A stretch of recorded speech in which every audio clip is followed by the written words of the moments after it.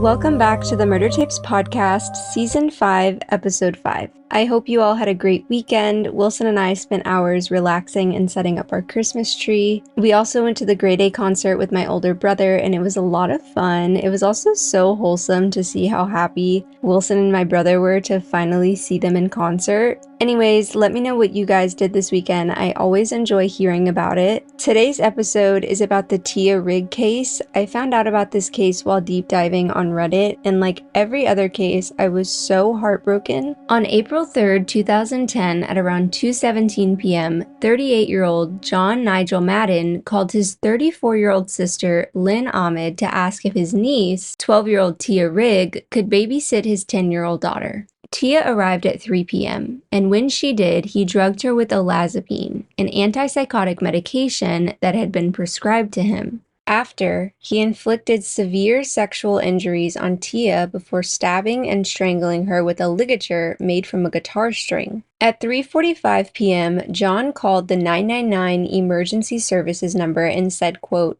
"Hi, I would like to report a murder." He then gave them his name and address, and when asked by the operator what had occurred, he replied, "My niece has been murdered by me.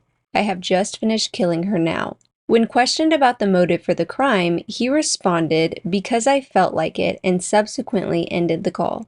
Police officers from Greater Manchester Police arrived at the residence 2 minutes later. John opened the door to the officers, who reported that he appeared chillingly calm, and directed them upstairs. They discovered Tia's body lying face up on the floor of a spare bedroom, naked except for her socks with a ligature still secured around her neck, and her hands bound behind her back with shoelaces. Near the body were 2 knives, a broom handle, and a sex toy, all of which were stained with blood.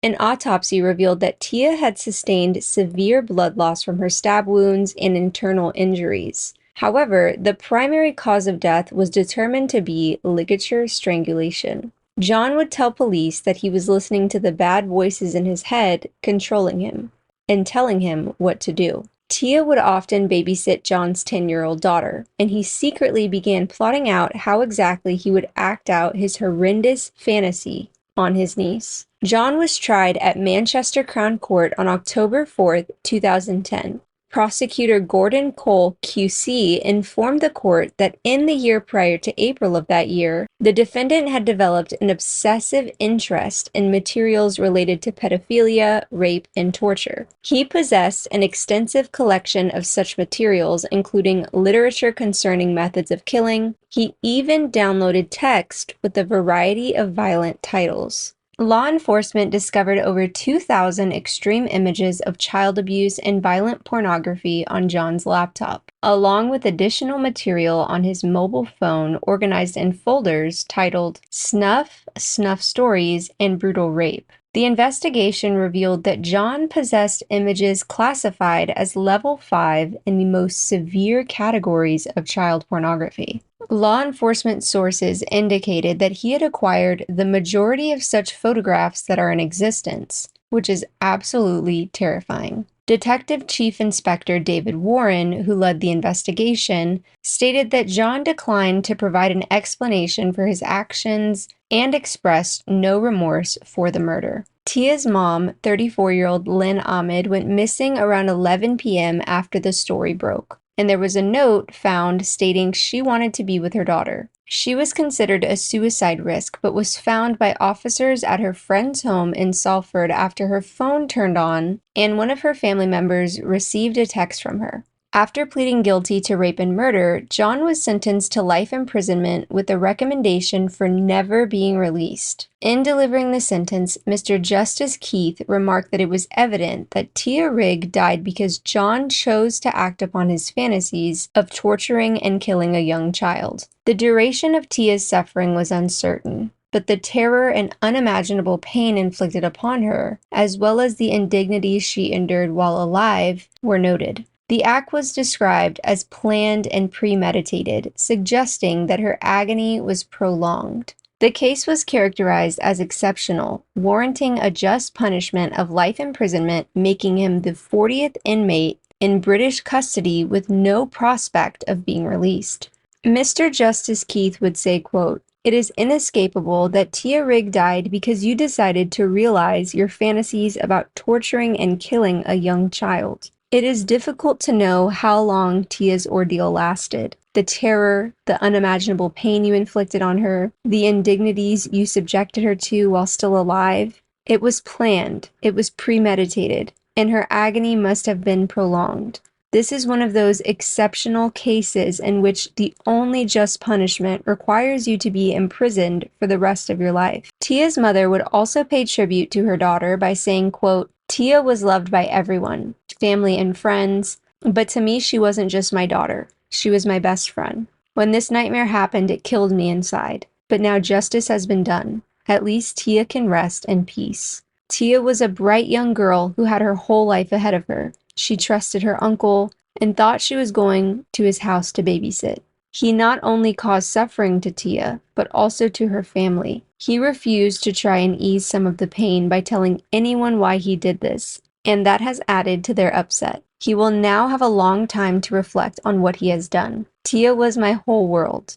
I miss her big smile every morning and her beautiful freckly face. Tia's friends and family wore pink to her funeral, and she had the prettiest pink casket. A report concerning the case identified a series of critical shortcomings by social services leaders responsible for Tia's welfare, noting that social workers overlooked 7 opportunities to provide assistance to Tia, who had been placed on the at-risk register prior to her birth. The report highlighted that social workers had the potential to intervene to safeguard her from the significant behavioral issues in her mother. Lynn Rigg, who had 7 children by 4 different fathers, a history of heroin and crack cocaine dependency, and a criminal record involving robbery and assault. The report highlighted that social workers had the potential to intervene to safeguard her from the significant behavioral issues present in her mother, Lynn Rigg, who had 7 children by 4 different fathers,